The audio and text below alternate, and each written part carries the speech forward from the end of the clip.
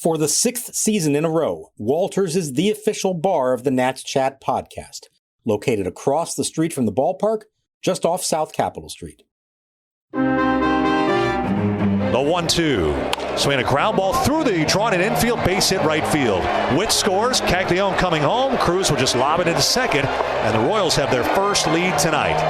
A little seeing-eye ground ball single to right delivers 2. It's Kansas City 3 and the Nationals 2. There they go. Here it comes. Swinging a line drive hammered left field side toward the corner. It's way back there. It's gone. A line drive, 3-run homer right down by the foul pole for Dylan Cruz. Nationals 7, Royals 3. That one was out of here before you could blink your eyes. Home run number 4 for Cruz. A line smash of a 3-run homer. Didn't have time to sink right by the 336 mark, just over the flower bed into about the second row. A bullet of a home run for Cruz. Runner at second is Lofton. He's been there since his leadoff double. Nationals 7, Royals 3. Varland the set. He deals to Thomas. Swinging a chopping ground ball, 2-hopper to third. Meade has it moving, and he throws on to first in time, and the Nationals win it 7-3. For the first time since the final day of the 2019 season, the Nationals are 3 games over the 500 mark. They are 38-35. They've won 3 in a row on this homestand. A 5-run 5th inning, capped by a 3-run Dylan Cruz homer. And welcome to Nats Chat. I'm Al Galdi, host of the Al Galdi podcast. I'm joined by Washington Nationals insider Mark Zuckerman of NatsJournal.com. He's at Nationals Park, September 29th, 2019. What was going on in your life on September 29th, 2019? Think back. Where were you? What were you doing? Who were you doing it with? But September 29th, 2019 was the final day of MLB's 2019 regular season, in which the Washington Nationals went 93-69, and the Nats on Monday evening got to being at least 3 games above 500 in a regular season for the first time since finishing that 2019 regular season 93-69. A 7-3 win over the Kansas City Royals at Nationals Park on Monday evening in game 1 of a 3-game series. The Nats now are 38-35 with a run differential of plus 17, 15-21 at home versus 23-14 on the road. The Nats, since their low point of being 5 games below 500 at 11-16 now, are 27-19. And yeah, the Nats now are at least 3 games above 500 in a regular season for the first time since finishing the 2019 regular season 93-69. This installment of Nats Chat brought to us by Mason Kalfas, the top legal recruiter in Washington, D.C. Mason has been with us since our first season. You can reach him at 202-486-3535. Good to have you with us on what was, as of Monday morning, the number 14 podcast in the country on Apple Podcasts in the baseball category. We thank you very much for that. We always enjoy hearing from you. You can email us, natschatpodcast@gmail.com. A thank you to Kelly Cantrell for her wonderful email on her recent trip to Japan to watch some NPB, the Yomiuri Giants versus the Yakult Swallows in the Tokyo Dome. A very nice and detailed email from Kelly on her experience. Thank you for that. Coming up later in the show, an update on the Nats AA affiliate, the Harrisburg Senators, from the voice of the Senators, Frankie Vernouski. So the Nats have responded to their 2-game losing streak with a 3-game winning streak during which they have outscored opponents 25-7. The Nats now are 7-3 over their last 10 games. The Nats over the 7 wins have totaled 55 runs. And I mentioned the Nats being 27-19 since that low point of 11-16. Mark, you noted this on NatsJournal.com. A 27-19 stretch is quite good, is in fact World Series contender good in terms of the winning percentage. If you extrapolate that out, Al, that's a 95-win season. Now, that's far from a full season. You're talking about less than 2 months that they've played at that pace. But I'll tell you what, just the fact that we could even cite anything like that tells you how far they have come and the potential sustainability of what they're doing. We talked about it after the last game. Is this team actually good? And we said, well, they're trending in the right direction. There's still a long way to go. They haven't reached the halfway point yet.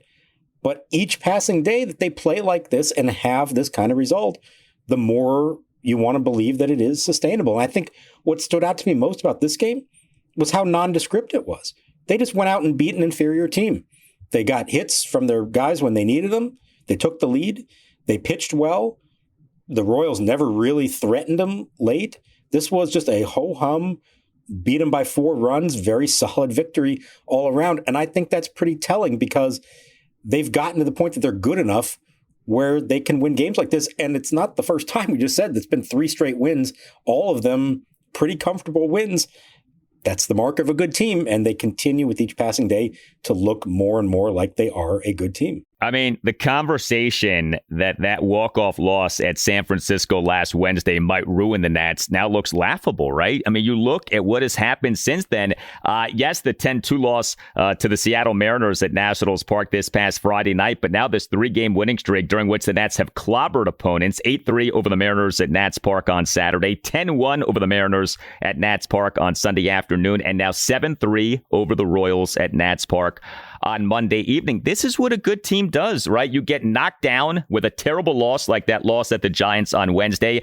Yes, the blowout loss to Seattle on Friday night, but like you get right back up, and not only are you back to winning, you are hammering opponents over these last 3 games. Just so impressive.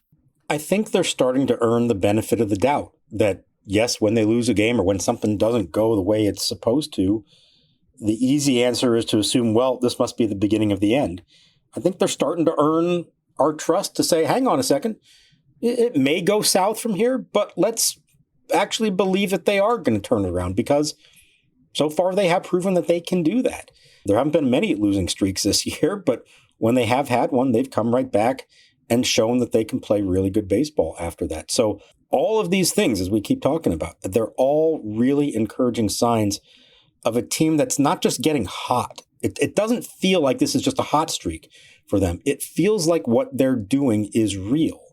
As we've talked about, this isn't just one winning streak. This is sustained success. They've won 8 of their last 10 series.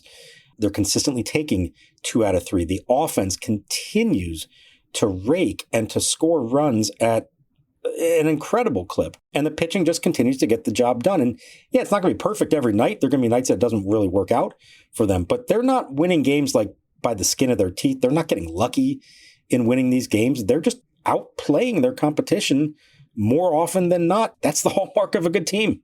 Yeah, you know what's funny? So the Nats are 38-35 overall, 10-10 in one-run games. So actually a decent number of one-run games, but it's not like the Nats have been, extraordinarily lucky in one-run games or anything like that. Like, 10-10 is what you should be in theory in one-run games. And the Nats just have been a good team so far this season. Like we talked about, the offense continues to do so well. Again, was good in this game on Monday evening. 7 runs, 8 hits, which were a home run, a double, and 6 singles, 4 walks, 3 for 6 with runners in scoring position. And the home run on Monday evening was by Dylan Cruz. We, on the last installment of the podcast, talked about Cruz having had a very good series in the Nats series win over the Seattle Mariners at Nationals Park over the weekend. Was that the breakout series for Cruz? Too early to say, obviously, but you hope, you wonder.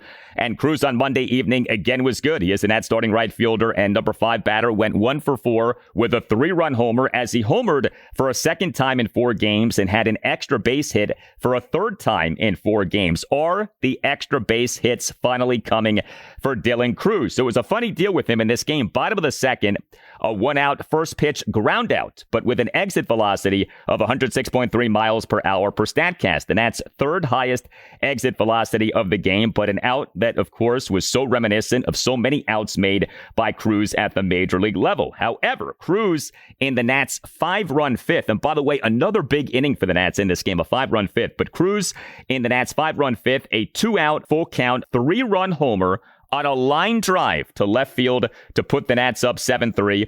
The homer per Statcast had a projected distance of just 366 feet, but also had an exit velocity of 108.4 miles per hour per Statcast, the Nats' highest exit velocity of the game. Cruz scorched that ball.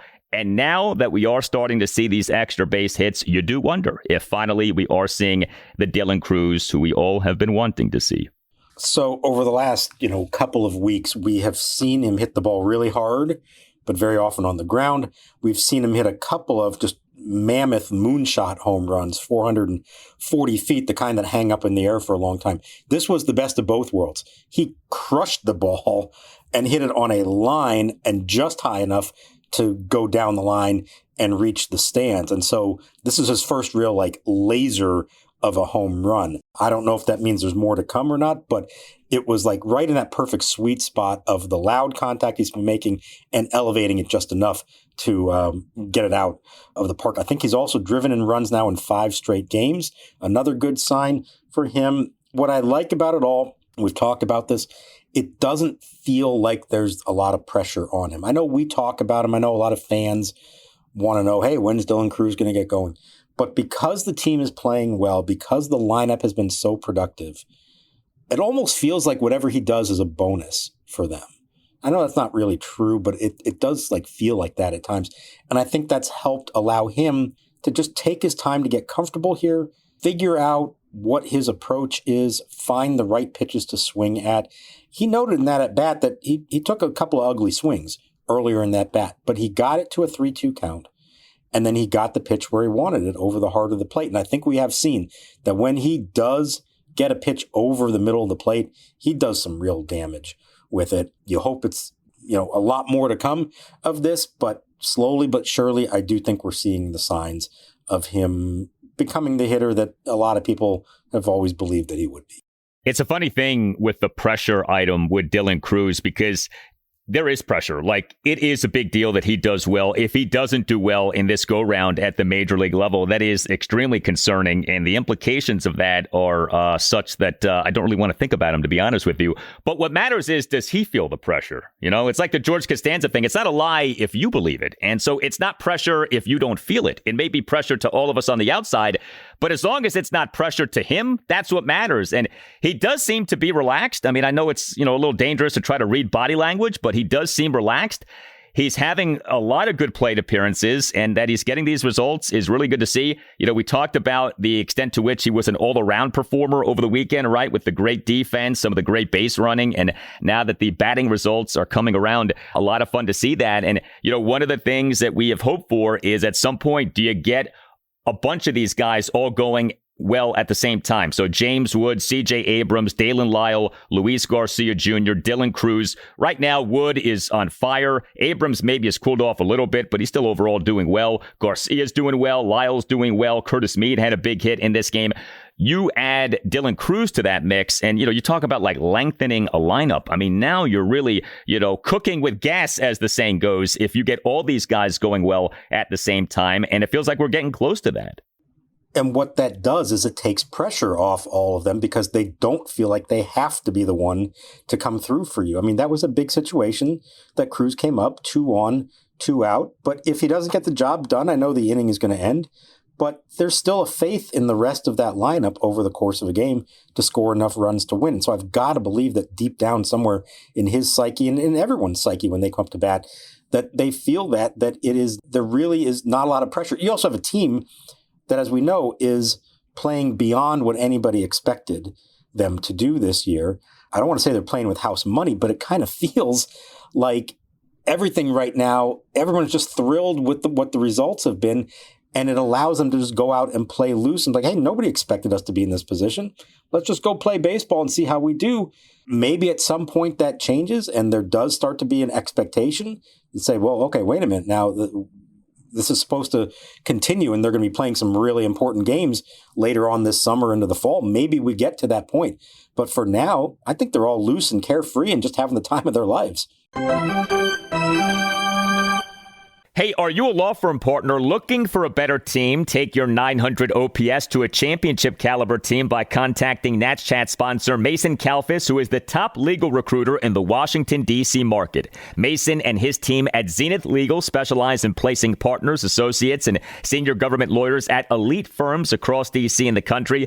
Zenith has placed attorneys at almost every top law firm in D.C. and New York. And unlike your current firm's innovation committee, Zenith actually built technology that works. Zenith's proprietary candidate app lets lawyers track where they've been submitted and helps Mason's team identify the best opportunities faster and more efficiently. No other legal recruiting firm has anything like this. Mason regularly works with lawyers from the DOJ, SEC, and law firms looking for better platforms, stronger clients, or, let's be honest, a lot more money, because unlike baseball players, lawyers are not stuck under team control while ownership refuses to spend. And if your current partnership meetings feel more hopeless than Mets fans in October, it may be time to make a move. Bet on yourself with the best legal recruiter out there advocating for your future. Call Mason Kalfas today, 202-486-3535. That's 202-486-3535. If your business runs on 5 different apps, 12 browser tabs, and one spreadsheet that everyone's afraid to touch, it's probably time for Odoo. Odoo is an all-in-one business management software that connects every part of your business into one powerful, easy-to-use platform. So instead of wasting time switching between disconnected systems, your entire business works together in real time. Your team moves faster, your data stays accurate, and you can actually focus on growing your business.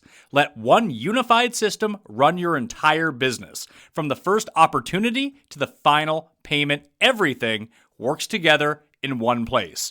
Whether you're a small business or managing a large operation, Odoo gives you one flexible platform built to grow with you. Learn more at odoo.com. That's ODOO.com. Your package says delivered, but delivered where exactly? The hallway? The lobby? Your neighbor's apartment?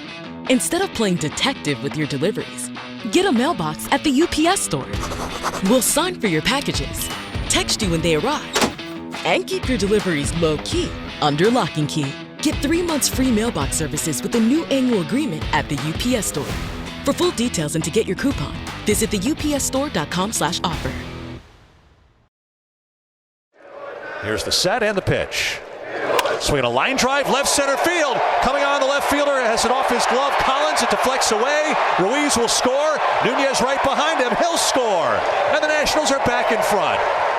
Other offensive standouts for the Nats in this game, Luis Garcia Jr., he was the Nats starting first baseman and number 2 batter, 1 for 4 with a 2-run single. Garcia in the Nats 5-run fifth had a bases loaded opposite field 2-run single to left field on a 1-2 pitch to put the Nats up 4-3. His OPS now at 743. Curtis Mead, he was the Nats starting third baseman and number 3 batter, 1 for 4 with a 2-run single. Mead in the Nats 2-run third, a 2-out 2-run single to center field for a 2-0 Nats lead. His OPS now at 803.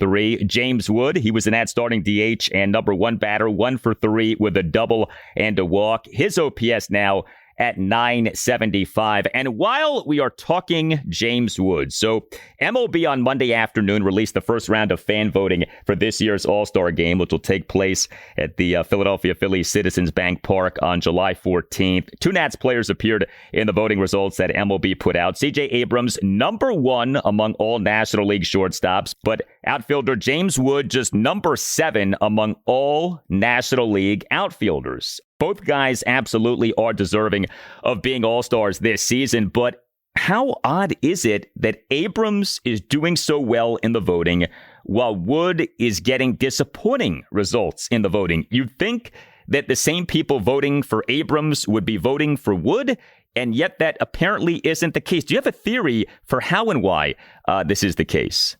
One was presented to me, and I'll get to this in just a second. It's kind of wacky, but maybe there is something to it. Yeah, I can't decide which aspect of this is more surprising.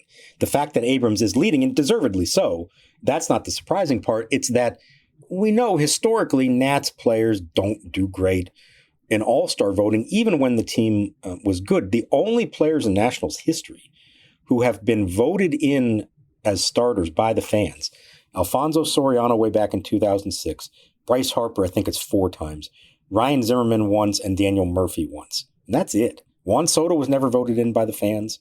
Anthony Rendon was never voted in by the fans. Trey Turner was never voted in by the fans. So the fact that anybody on the Nationals right now is leading the vote, I think is incredible, and that's great to see. Again, deserving, because Abrams is the best shortstop in the NL right now. But then why wouldn't that also apply to James Wood, who's a better player and has an even stronger case than CJ Abrams does? the theory that was presented to me, and maybe there's something to this. The All-Star ballot, we know it's, alphabetical and it's online now. It's not the old paper ballot that you punch out the holes in it. So it's alphabetical. And apparently, because there's so many outfielders, you have to actually physically scroll down to get to James Wood as the W. CJ Abrams is the first one listed. Maybe somewhere subconsciously as people fill this out, the first name that they see that sounds like a good player, an all-star, that's who they pick. So Abrams, people are seeing his name right away. Yeah, they get to the outfielders and they're seeing three names before they ever get to James Wood, or maybe they're not even scrolling to see the rest of the names at the bottom of the list because it's a long list at the outfield position. And so maybe they never even get to Wood before picking their three guys. It sounds ridiculous, but maybe there is something to that. I will say this. I think this got a lot of attention today. I would imagine there's going to continue to be a lot of attention. The Nationals are certainly going to put it out there, but I've even seen some prominent national baseball people out there point out the fact that there's no reason James Wood should be seventh. Not that he should be number one, but he should be one of the top three for sure, or at least in the top six, which is what will take you to the second round of voting.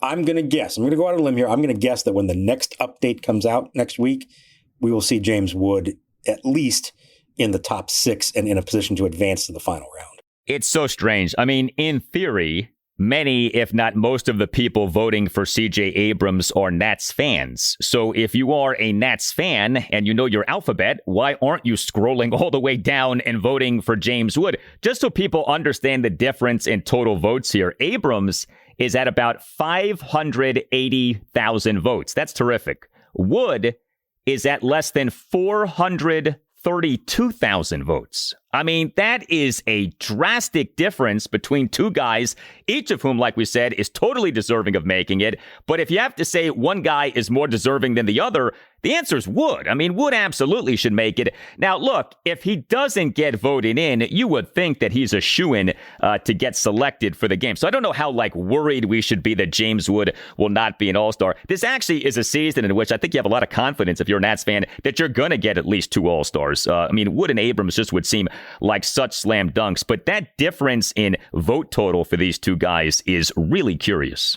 It's bizarre. Maybe there are non-Nats fans, and that's the difference is they see Abrams and they realize, look, it's kind of a weird year at shortstop. Mookie Betts is hurt or was hurt. He's back now, but he hasn't played a whole lot, even though he's second in the voting. Elly De La Cruz has dealt with an injury. So maybe it's non-Nats fans who actually are recognizing what Abrams is doing compared to the other shortstops out there. I think also this is pretty amazing. Abrams is the only guy leading at his position who's not a Dodger or a Brave. Now, that tells you a lot about how all-star voting works. Chances are, if you're on a particular team that is both good and big market and gets a lot of attention, like the Dodgers, like the Braves, chances are all of their players are going to show up near the tops of these ballots, not just the stars who are going to make the team, but a lot of their second-tier players are going to finish high up on the ballot. And that probably is the case here. And let's point out, nobody else on the Nationals appears on those top 10 at any position. So not Keibert Ruiz, not Curtis Mead, not Luis Garcia. I'm not saying any of them should be all-stars, but some of them should at least be getting a few votes and not be beyond the top 10. I'm glad to see Abrams getting the credit that he deserves. Hopefully Wood is going to start getting it now. And you'd like to see at least some recognition of the rest of these guys that have the best offense in baseball, even if they're not truly all-stars. The Washington Nationals on Monday put out a post on X directly saying, fix it, as in fix this, James Wood ranking 7th among National League outfielders in all-star voting. Well, the Nats starting pitcher in this win over the Royals at Nationals Park on Monday evening was Andrew Alvarez, and he again was impressive, albeit in a short outing. He allowed 1 run in 4 innings, 5 strikeouts, 1 walk. He gave up 5 hits, all of which were singles. He threw a lot of strikes, 58 pitches, 40 strikes, just 18 balls. A lot of good stuff from Alvarez in this game. Nats manager Blake Butera did pull Alvarez after he had faced exactly 18 batters. The Royals line up exactly twice. So Butera clearly sensitive to the third time through the order penalty with Alvarez. But he overall is doing well. I know his last outing wasn't especially impressive, but you look at the overall body of work, and when we've been assessing Andrew Alvarez, we've looked at him over these last 2 regular seasons to get more of a sample size here. You're looking at 13 games, including 8 8 starts at the major league level, ERA of 2.96, whip of 1.30, strikeouts per 9 innings, 8.88. Butera clearly is handling Alvarez in a careful manner, but what we're seeing from Alvarez overall, I think, continues to be good. Yeah, I think this was important for him. He bounced back from that start in San Francisco when he walked 5 batters, out of character for him. He had to pitch with a lot of traffic on the bases in that game. That wasn't really the case. He didn't have a clean inning in this game, but wasn't really in any kind of trouble until the 4th, and frankly, should have been through the 4th with 0 runs on the board. It's a hard ground ball that Nasim Nunez didn't make the play on. Initially scored an error. It was later changed to a hit. My personal opinion, I thought that was an error. I didn't think he gave his full effort. Could have been in front of the ball and instead just kind of lazily went for the backhanded play. If that scoring stands from the original call, that's 0 earned runs, or even if the play is made, that ends the inning and nobody scores. Now, the decision to pull him, I get what Blake Butera is doing here. He's basically saying 2 times through the lineup, you're good. Brad Lord is fresh. We know he can give us 3 innings in this game. He's good. The Royals are pretty right-handed heavy at the top of the lineup. Rather have the right-handed Lord face them up there. And I thought it was interesting, too, that he mentioned the score of the game in that moment played a factor in it. Yeah, look, we really like Brad Lord in leverage situations. That game was 2-1 there in the middle of the game with the top of their lineup coming up. Some of their better hitters, and we thought that was the right time to go to Brad. They're up 2-1 at the time. If it's 4-1, 5-1, 6-1, he might give Alvarez a little more leash and a chance to at least start that next inning and see if he can get through it. But sensing that it's a close game, and it's still early, but it's a close game, and their best hitters are coming up and they're right-handed, he felt like you go to one of your better relievers right now in Brad Lord. Now, Lord immediately gives up the lead, and it's all of a sudden 3-2 Royals. And you're thinking, well, that didn't work. Should have left Alvarez in. And maybe he should have. We'll never know what would have happened.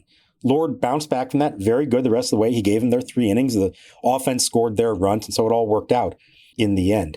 Personally, I don't love it. I completely understand the logic behind it. And in this one particular game, you're trying to win this game. It makes sense. I understand what you're doing. The thing that worries me, and this is what happened in San Francisco, you pull your starter in the series opener before you really have to. You make that decision to go to your bullpen early.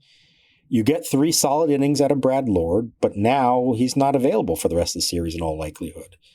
Let's see how the rest of the series plays out, but come Wednesday, there could be a big spot that you would really love to have Brad Lord pitching.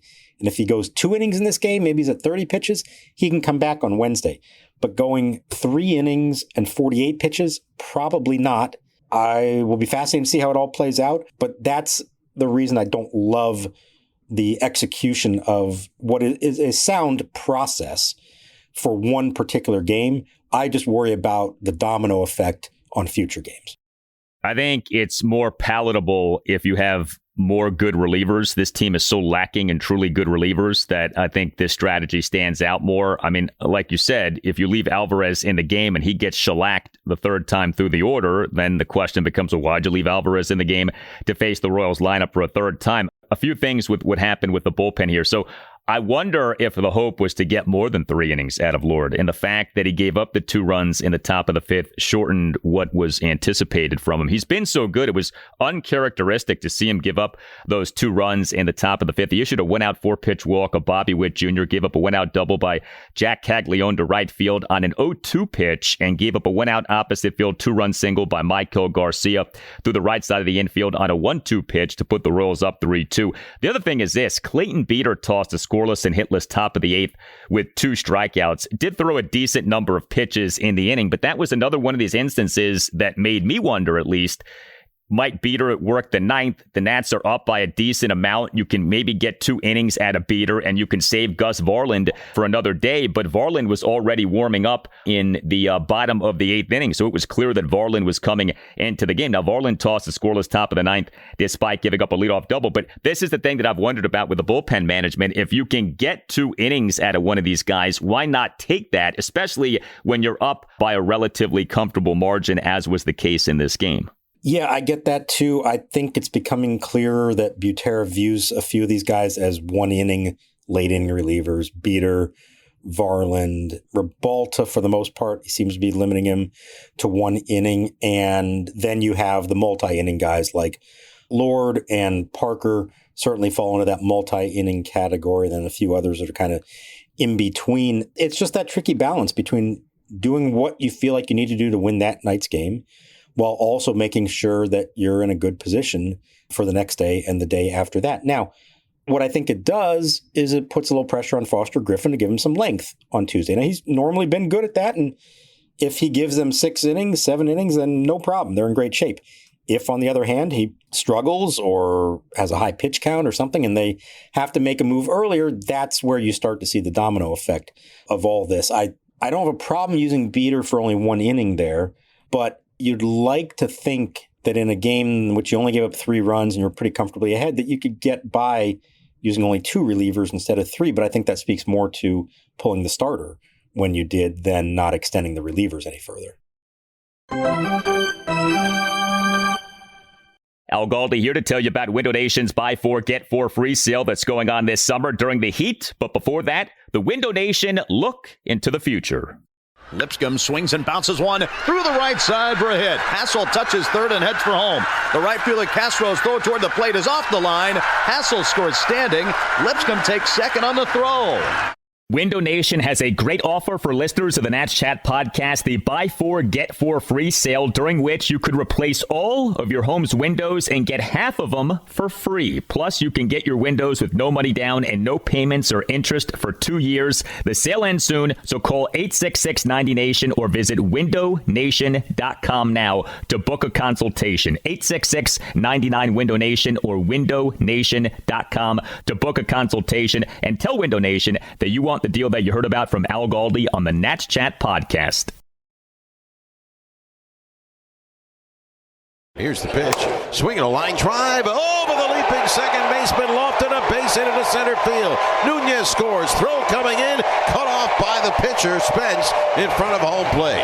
Curtis Mead delivers a single, a line drive over the second baseman's head, scoring Nunez from third. And Wood from second base. RBIs 30 and 31 for Curtis Mead. And the Nationals on the board first here in the bottom of the third. It's Washington 2, Kansas City 0.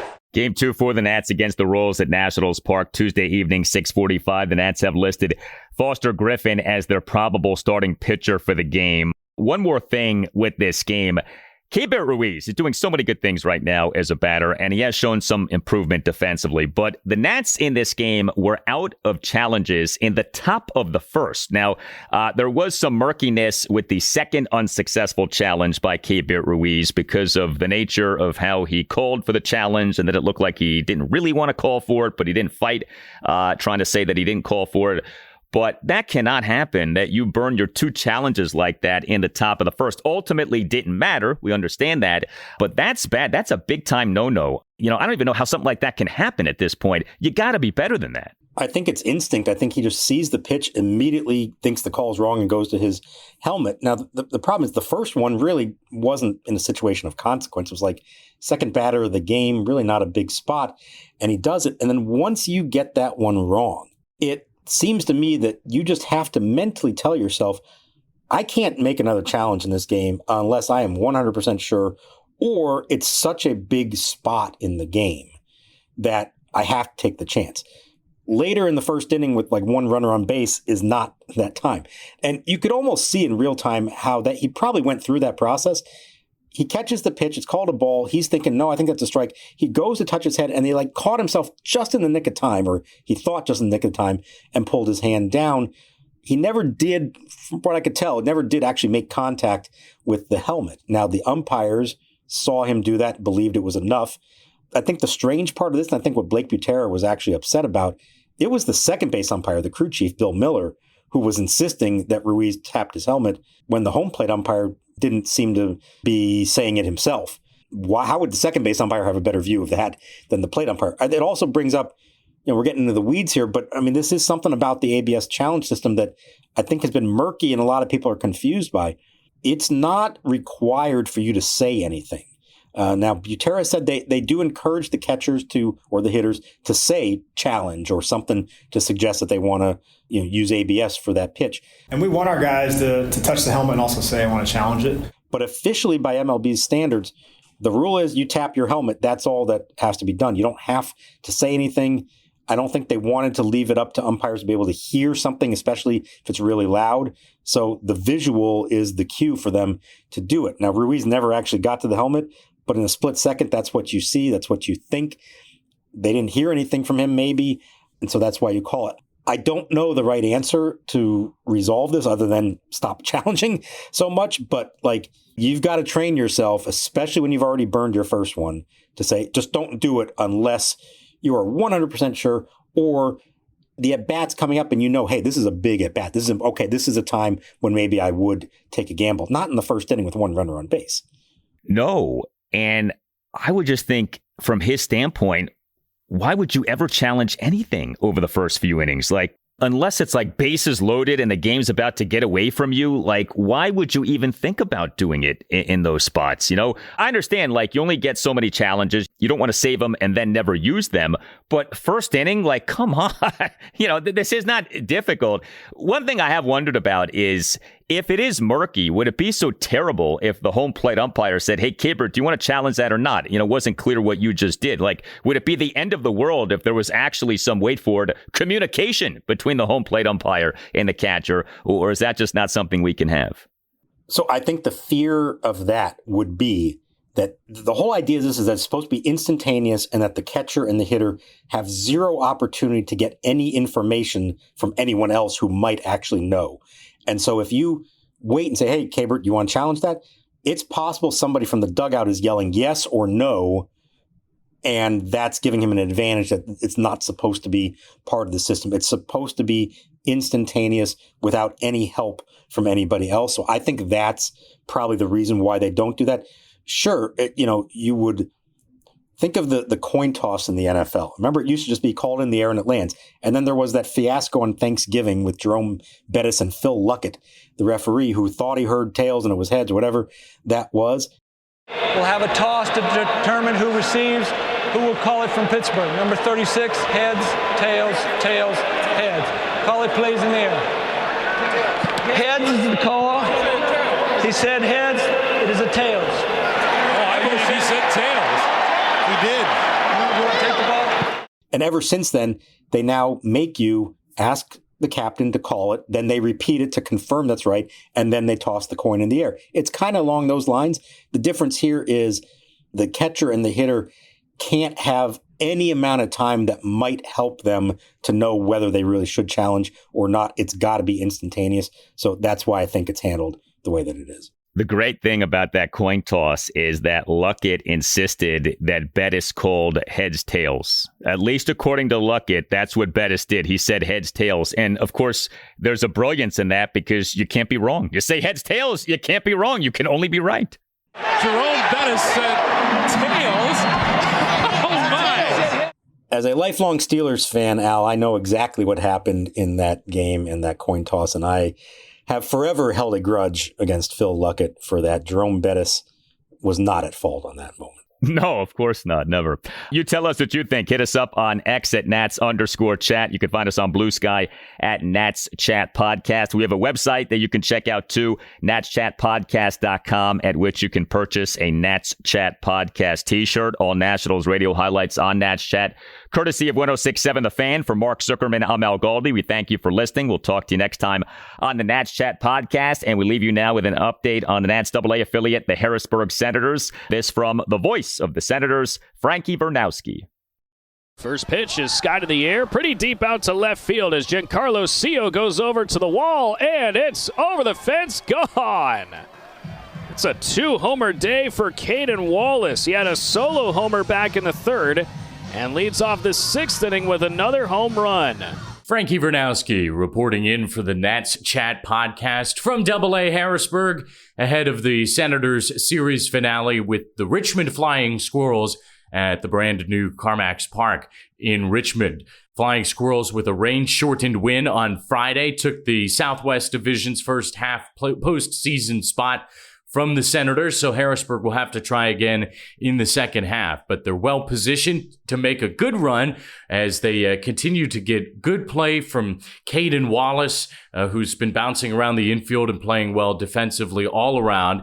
Then you have Max Romero, who is a guy I think flies under the radar a bit, but put Max on your radar because coming into this Sunday's action, Romero has blasted 8 home runs over his last 12 games. He's been showing immense power and coming up with lots of clutch hits. And then, of course, the big story that started this week as the Senators made it down to Richmond was the addition of a few young ball players from High A Wilmington, as switch hitter Devin Fitzgerald, the number 5 prospect in the Nats org, according to MLB.com, joined the team. Ethan Petrie, the big corner outfielder and first baseman, joined the squad. And the switch hitter TJ White, the outfielder who spent quite a lot of time with the Blue Rocks over the last few years, joined the Sens as well. And each of those 3 guys has come up with big hits this week, including Fitzgerald, who hit a 2-run home run on Thursday night for the Senators in their big comeback effort, though that one fell short. It was his first AA hit, an opposite field 2-run homer, and each he, White, and Petrie have gotten that first AA hit out of the way. So we'll see how the Sens fare in this series finale, but they've been getting some good pitching as well. Eric Mejia, who has been fabulous for the Senators, got a promotion well-earned to AAA Rochester on Saturday. A couple of other arms in the pen have been sharp as well. So we're looking forward to second half play that starts next week for the Senators and see how they can push for that postseason spot. Here's the pitch, swinging a ground ball, chop deep third. Sanchez has it, long throw and a hop.